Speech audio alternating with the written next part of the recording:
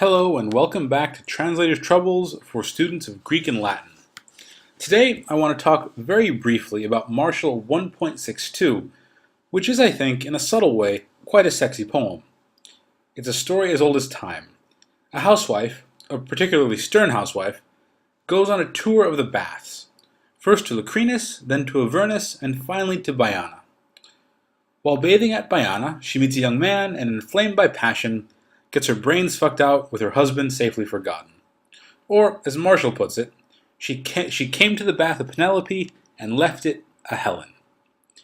I don't want to insult anyone's intelligence, but for the sake of my audience members who are not classically inclined, Penelope is the wife of Odysseus.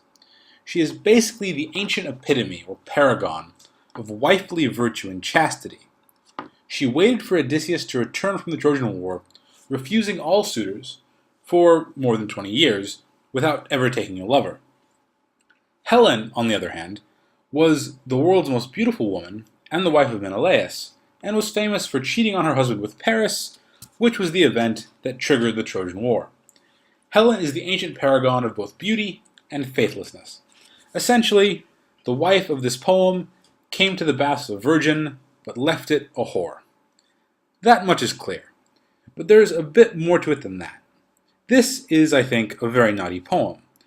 There are plenty of adulterous women from poetry or epic that could have been used as examples here. Other examples could have been used to emphasize the faithlessness of the wife. Just think of how the poem's meaning would change if you replaced Helen with Clytemnestra, assuming Martial could find a way to fit that into the meter. Such a reference would be quite pregnant and intense, given the death of Agamemnon, stabbed to death, stepping out of the bath. But instead, Helen is referenced. The emphasis here is not just on the adultery, but on the beauty of the wife coming out of the baths. She has been rejuvenated and is glowing both from the spa and the regenerating effect that a good fuck can have on a tired housewife. Salacious. I also want us to notice here how the wife is presented. It isn't difficult for her to travel to various places to meet men, and it isn't difficult for her to have sex.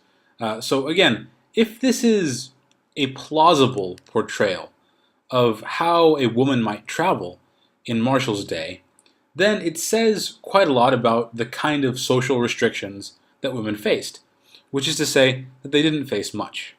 So again, as I've noted in previous videos, we see that Rome is not as oppressive to women as people would like to make it out to be, but rather gives women quite a large degree of latitude in their personal and economic lives.